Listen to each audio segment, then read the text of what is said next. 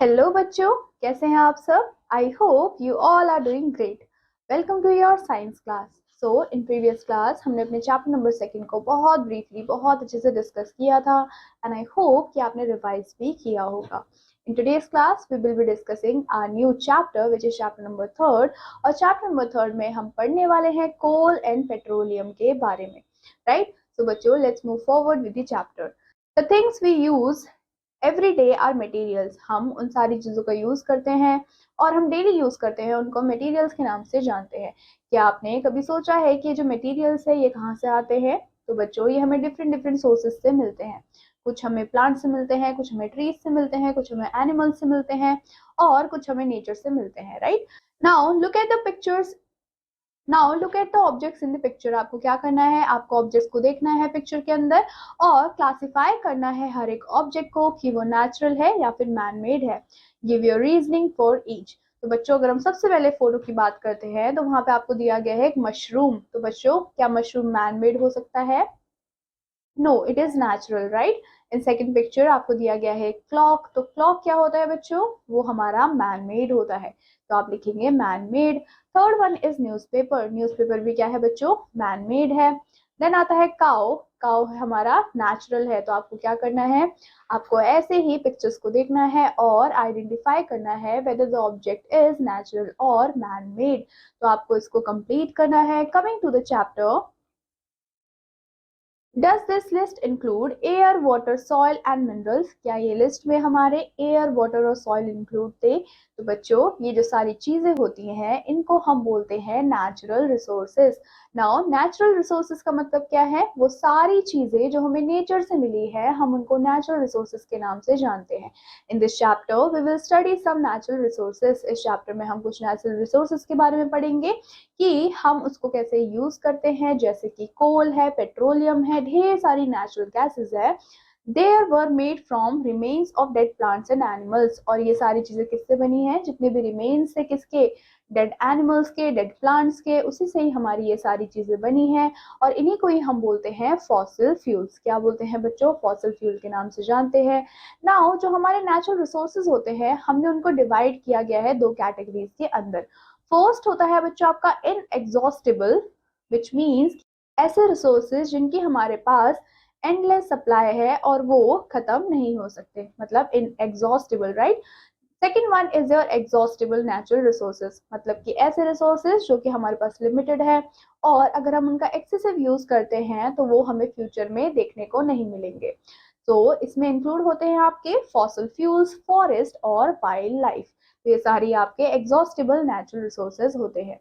Now let us study each fossil fuel. हम क्या करने वाले हैं, हम हर एक फॉसिल फ्यूल को बहुत ही डिटेल में यहाँ पे स्टडी करने वाले हैं। तो सबसे पहले हम बात करते हैं कोल की, कोयला की, राइट। तो बच्चों, कोयला तो आप सभी ने ही देखा होगा, पिक्चर्स में भी देखा होगा, रियल में भी देखा होगा। वो कैसे कलर का होता है? वो होता है ब्लैक कलर का या फिर ब्राउनिश ब्लैक कलर का। It comes in different types based on it's carbon content. अब बच्चों, उसके कार्बन के कंटेंट के अकॉर्डिंग हमें वो डिफरेंट डिफरेंट टाइप का देखने को मिलता है, राइट। अब बच्चों, आपको यहाँ पे क्या याद रखना है कि अगर कोई भी कोल है तो कोल के अंदर कार्बन का कंटेंट होगा ही होगा। किसी में बहुत ज्यादा होगा, किसी में बहुत कम होगा, किसी में मॉडरेट होगा। तो उसी के बेसिस पे हमने इसको कैटेगराइज या फिर डिवाइड कर रखा है। तो फर्स्ट वन इज योर एंथ्रासाइड। तो सबसे पहला है हमारा एंथ्रासाइड। ये होता है हमारा ऐसा कोल जिसमें हाईएस्ट कार्बन कंटेंट आपको देखने को मिलता है, विच मीन्स कि आपको सबसे ज्यादा कार्बन इसी में देखने को मिलेगा।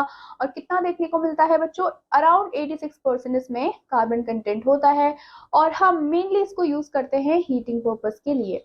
Second one is your bituminous call. अब बच्चों, इसमें आपको कार्बन कंटेंट देखने को मिलता है अराउंड 70 to 86%। और आप इसको यूज करते हो पावर जनरेशन के लिए या फिर अगर आपको कोक बनाना है, अनदर फ्यूल बनाना है, तब आप क्या करते हो, तब आप बिट्यूमिनस कोल का यूज करते हो।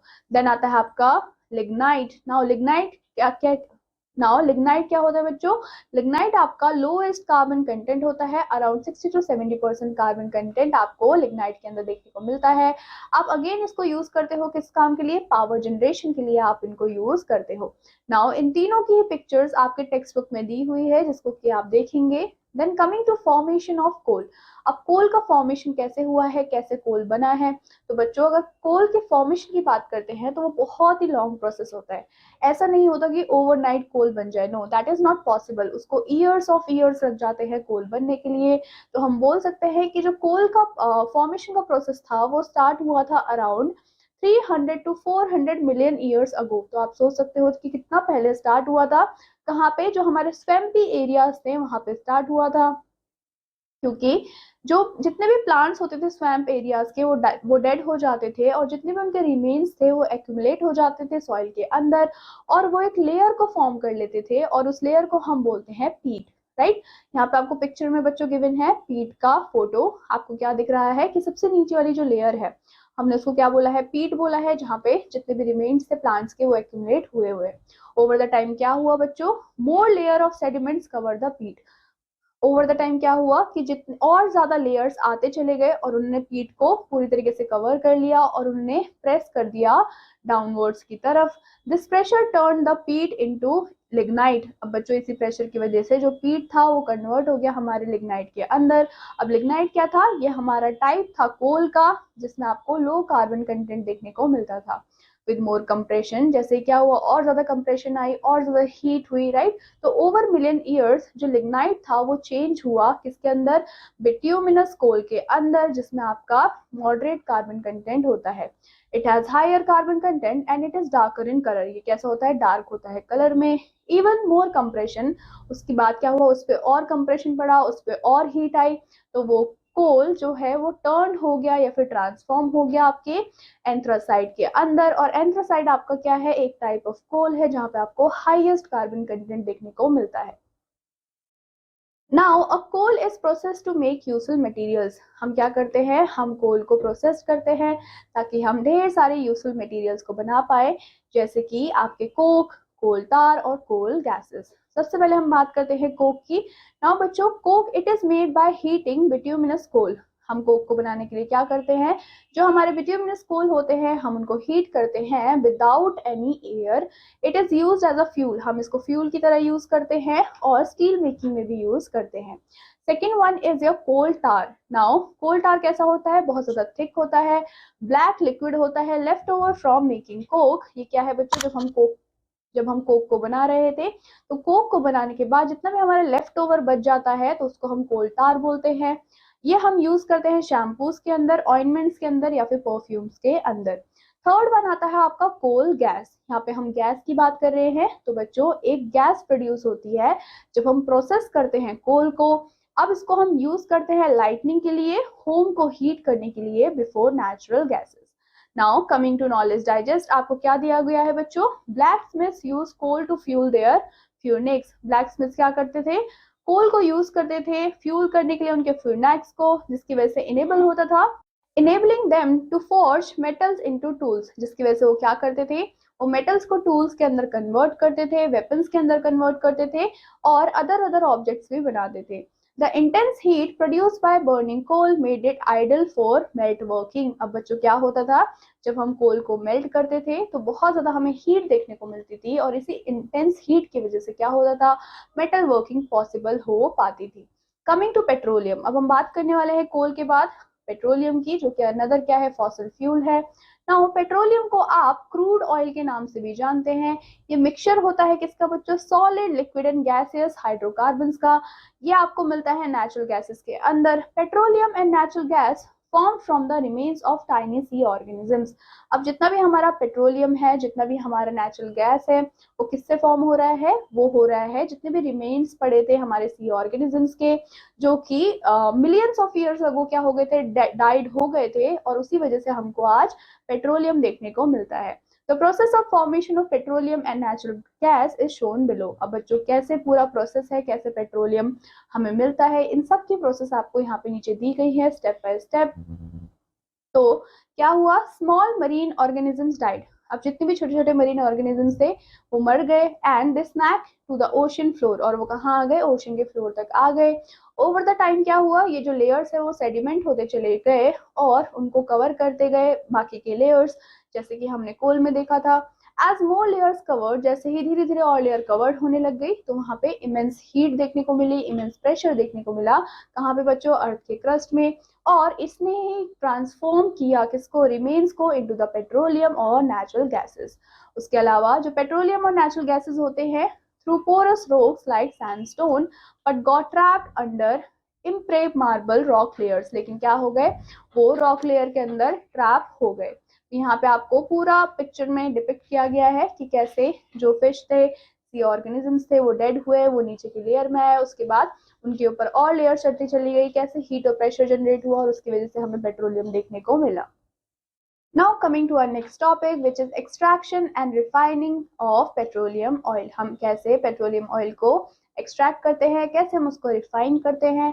Petroleum is heated to over 400 degree Celsius. हम क्या करते हैं? पेट्रोलियम को हीट करते हैं 400 डिग्री सेल्सियस पे एंड इंट्रोड्यूस करते हैं उसको किसके अंदर? एक टॉल सिलेंड्रिकल फ्रैक्शनिंग कॉलम के अंदर।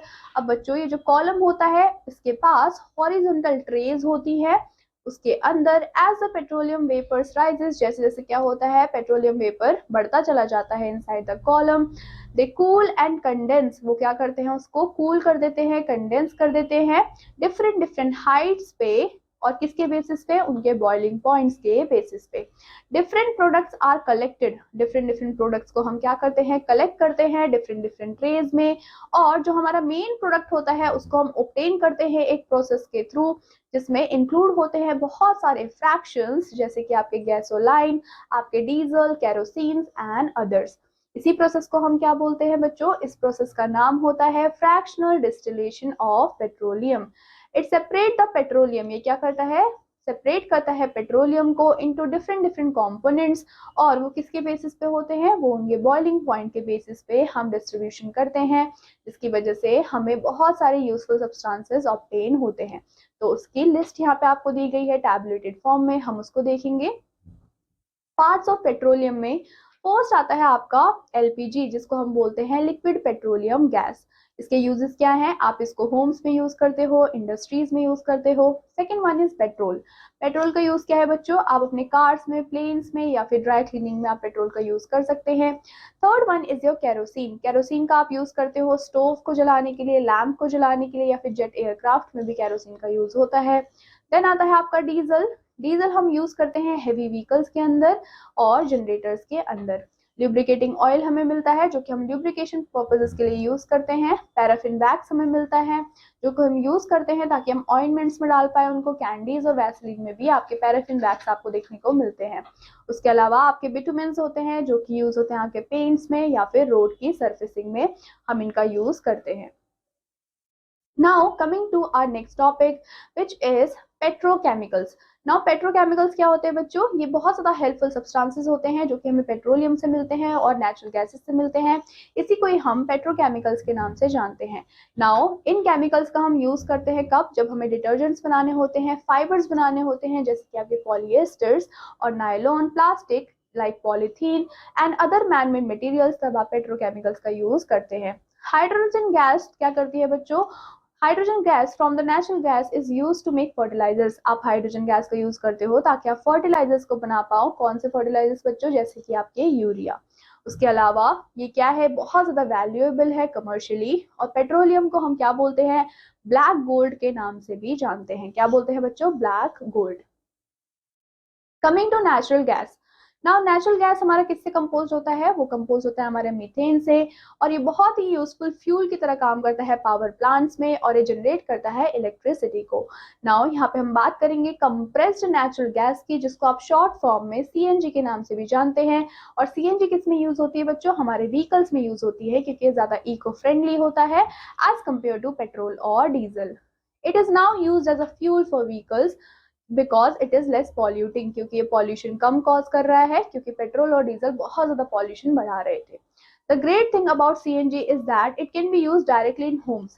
सबसे अच्छी चीज क्या है सीएनजी की? कि हम इसको डायरेक्टली होम में यूज कर सकते हैं, फैक्ट्रीज में यूज कर सकते हैं, जहाँ पे पाइप से हम उसको सप्लाई कर सकते हैं। प्लेसेस है जैसे कि आपके वडोदरा है जो कि गुजरात में है। Some parts of Delhi and other areas have pipeline networks. इन सारे एरियाज में क्या है? पाइपलाइन नेटवर्क है जहां से हम अपने सीएनजी को क्या कर सकते हैं? सप्लाई कर सकते हैं। नेचुरल गैस को हम यूज करते हैं ताकि हम अमोनिया बना पाए, और अमोनिया हम क्यों बना रहे हैं? ताकि हम फर्टिलाइजर्स बना पाए, और बहुत सारे इंडस्ट्रियल पर्पसेस के लिए भी हम इसका यूज करते हैं।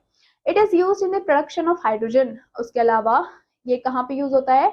जब हमें प्रोड्यूस करना होता है हाइड्रोजन को, which has a various industrial applications, it is becoming as a clean energy source. ये क्या करता है? क्लीन एनर्जी सोर्स की तरह काम करता है। नेचुरल गैस जितने भी होते हैं बच्चों, हम उनको यूटिलाइज करते हैं मैन्युफैक्चरिंग, जब हमें करनी होती है स्टील की, ग्लास की, प्लास्टिक की और अदर प्रोडक्ट्स की, क्योंकि इसके पास क्या होती है? हाई एनर्जी कंटेंट होती है और वर्सिटैलिटी भी हमें देखने को मिलती है। इसी वजह से हम नेचुरल गैसेस का यूज करते हैं। Now what are the limitations of fossil fuels? क्या लिमिटेशंस है बच्चों? The main limitation of fossil fuel are their limited availability, which means कि वो एक्सेस में नहीं है, वो बहुत ही ज्यादा क्या है? एग्जॉस्टिबल है, विच मीन्स कि हमें उसको बहुत ही सोच समझ के यूज करना है। First one is the limited availability. Fossil fuels take millions years to form. हमने क्या देखा अभी? हमने देखा था कि फॉसिल फ्यूल्स को कैसे मिलियन ऑफ ईयर्स लग जाते हैं फॉर्म होने के लिए, बनने के लिए। तो हम जब क्या करते हैं, हम बहुत ज्यादा एक्सेस में यूज कर लेते हैं, तो वो खत्म होने के चांसेस और ज्यादा बढ़ जाते हैं, और नेचर को वापस रिप्लेनिश करने में मिलियंस ऑफ ईयर्स लग जाते हैं, right. Second one is air pollution. जब हम क्या करते हैं? बर्न करते हैं फॉसल फ्यूल को, तो उसकी वजह से बहुत सारे हार्मफुल सब्सटेंसेस रिलीज होते हैं हमारे एयर के अंदर, जिनको हम बोलते हैं पॉल्यूटेंट्स। अब ये पॉल्यूटेंट्स क्या करते हैं? ये कॉज करते हैं पॉल्यूशन को, और स्पेसिफिकली कौन से पॉल्यूशन को कॉज करते हैं बच्चों? एयर पॉल्यूशन को। These pollution can be in the form of gases और particulate matter and have adverse effect on the health, right. हमें हमारे जो ह्यूमन हेल्थ है उसको डिटोरिएट करने में ये पॉल्यूटेंट्स बहुत ज्यादा क्या होते हैं? रिस्पॉन्सिबल होते हैं। Here are some of the main air pollutions and their harmful effect। सबसे पहला आता है बच्चों, सबसे ज्यादा जो मेन पॉल्यूटेंट आपको देखने को मिलता है which is carbon monoxide. Carbon monoxide को आप सीओ से रिप्रेजेंट कर सकते हो। ये कलरलेस होता है, ये ओडरलेस गैस होती है, जो कि प्रोड्यूस कब होती है? जब इनकम्प्लीट कंबशन आपको देखने को मिलता है फॉसिल फ्यूल का, तो उसकी वजह से कार्बन मोनोऑक्साइड प्रोड्यूस होता है। इसकी वजह से क्या हो सकता है? आपको हेडेक हो सकता है, आपको चक्कर आ सकते हैं, और इवन आप कोमा में भी जा सकते हो और आपकी डेथ भी हो सकती है। तो आप देख सकते हैं कि कितना ज्यादा हार्मफुल है हमारे लिए carbon monoxide. Second one is green house gas. Now बच्चों, जब आप बर्न करते हो फॉसिल फ्यूल को, तो उसकी वजह से कुछ गैसेस रिलीज होती हैं, जैसे कि आपके कार्बन डाइऑक्साइड, जिसको आप CO2 के नाम से जानते हो, इनटू द एयर। इसकी वजह से क्या होता है? ग्लोबल वार्मिंग होती है, क्लाइमेटिक चेंज होते हैं, बहुत ज्यादा गर्मी आपको देखने को मिलती है, टेम्परेचर एकदम राइज हो जाता है, जितने भी हमारे ग्लेशियर्स है, आइस कैप्स है, वो मेल्ट होने लग जाती है। हायर सी लेवल देखने को मिलते हैं, क्योंकि ग्लेशियर्स का पानी जितना भी मेल्ट होके आ रहा है, कहाँ आ रहा है? सी पे ही आ रहा है। उसके से आपको फ्लड देखने को मिलता है। तो ये सारे चेंजेस आपको देखने को मिलते हैं। Third one is sulphur and nitrogen oxide. These are release when burning coal, petrol and diesel. जब आप क्या करते हो? कोल, पेट्रोल या फिर डीजल को बर्न करते हो, तब आपको सल्फर और नाइट्रोजन ऑक्साइड देखने को मिलते हैं। They react with oxygen and water vapour. ये क्या करते हैं? ऑक्सीजन और वाटर वेपर के साथ रिएक्ट करते हैं एयर में, और ये फॉर्म करते हैं डाइल्यूट सल्फ्यूरिक एसिड को, नाइट्रिक एसिड को, जो कि अगेन क्या कॉज करता है? एसिड रेन को कॉज करता है। और एसिड रेन क्या करता है बच्चों? डैमेज करता है हमारी एक्वेटिक लाइफ को, हमारे प्लांट्स को, सॉइल्स को और बिल्डिंग्स को। Coming to soot particles. Now बच्चों, जब इनकम्प्लीट कंबंशन होता है किसका? हमारे वुड का, हमारे फॉसिल फ्यूल्स का, जैसे कि आपके कोल, पेट्रोलियम, ये क्या करते हैं? ये शूट पार्टिकल्स को रिलीज करते हैं एयर के अंदर, और जब हम इन पार्टिकल्स को इनहेल करते हैं, सांस लेते हैं, तो वो हमारे अंदर बहुत सारे रेस्पिरेटरी प्रॉब्लम्स को कॉज कर सकता है। कौन कौन से रेस्पिरेटरी प्रॉब्लम बच्चों? जैसे कि अस्थमा के अटैक्स हो गए, वीजिंग हो गया, कफिंग हो गया, इरिटेशन हो गया, ये सारी चीजें शूटिंग पार्टिकल से हमें हो सकती है। Coming to what coming to conservation of fossil fuel. Fossil fuel को कंजर्व करने के लिए हम क्या कर सकते हैं? This can be done by using fossil fuel wisely. हमें क्या करना है? हमें बहुत ही वाइजली फॉसिल फ्यूल को यूज करना है, एफिशिएंटली यूज करना है, जितना भी वेस्ट है उसको रिड्यूस करना है, और अननेसेसरी यूज भी नहीं करना है। Second one is using alternative source of energy. हम क्या करेंगे? हम ऑल्टरनेटिव सोर्स ऑफ एनर्जी को यूज कर सकते हैं, जैसे कि हम टाइडल पावर को यूज कर सकते हैं, विंड एनर्जी को यूज कर सकते हैं, सोलर एनर्जी को यूज कर सकते हैं, न्यूक्लियर एनर्जी को यूज कर सकते हैं to fulfil our energy needs. These renewable resources can help us use less fossil fuels। ये सारे क्या है? ये सारे हमारे रिन्यूएबल रिसोर्सेज है, हम इनको बार बार रिन्यू कर सकते हैं, लेकिन हमारे जो फॉसिल फ्यूल्स होते हैं वो हमारे नॉन रिन्यूएबल होते हैं, और ये क्या करते हैं? ये हमारे एनवायरनमेंट को भी बहुत ज़्यादा हार्म करते हैं। लेकिन अगर हम रिन्यूएबल को यूज़ करते हैं तो वो क्या करेंगे, वो हमारे एनवायरनमेंट को भी हार्म ज़्यादा नहीं करेंगे। कमिंग टू लेट्स रिकॉल में हमें दिए गए हैं कुछ इंपॉर्टेंट पॉइंट्स, जैसे कि फॉसिल फ्यूल्स जो होते हैं आपके कोल, पेट्रोलियम, नेचुरल गैसेस, वो बहुत ज़्यादा इंपॉर्टेंट होते हैं for powering our world. Second one says coal comes from old plant. Coal किससे आता है? ओल्ड प्लांट से आता है, जो कि कंप्रेस्ड हो जाता है फॉर मिलियंस ऑफ ईयर्स, और हम इसको मेनली यूज करते हैं हीटिंग के लिए या फिर एनर्जी के लिए। जो हमारा पेट्रोलियम है बच्चों, वो हमारे एंशियंट सीज से हमें देखने को मिलता है, और इसको हम रिफाइन करते हैं और फॉसिल फ्यूल्स के अंदर कन्वर्ट करते हैं। नेचुरल गैसेस होते हैं, वो मोस्टली हमारे किससे बने होते हैं बच्चों? मीथेन से बने होते हैं, जिसको हम हीटिंग पर्पस के लिए या फिर इलेक्ट्रिसिटी के लिए यूज करते हैं। उसके अलावा हमने फॉसिल फ्यूल्स के बारे में पढ़ा, हमने देखा कि कैसे वो बहुत लिमिटेड क्वांटिटी में प्रेजेंट है और उनको फॉर्म होने में भी मिलियंस ऑफ ईयर्स लग जाते हैं, तो हमें उनका बहुत अच्छे से यूज करना है। Burning fossil fuel release pollutant. जब हम क्या करते हैं, हम फॉसिल फ्यूल को बर्न करते हैं, तो उसकी वजह से बहुत सारे पॉल्यूटेंट रिलीज होते हैं, जिसकी वजह से एनवायरमेंटल पॉल्यूशन होता है और क्लाइमेटिक चेंज भी हमें देखने को मिलते हैं।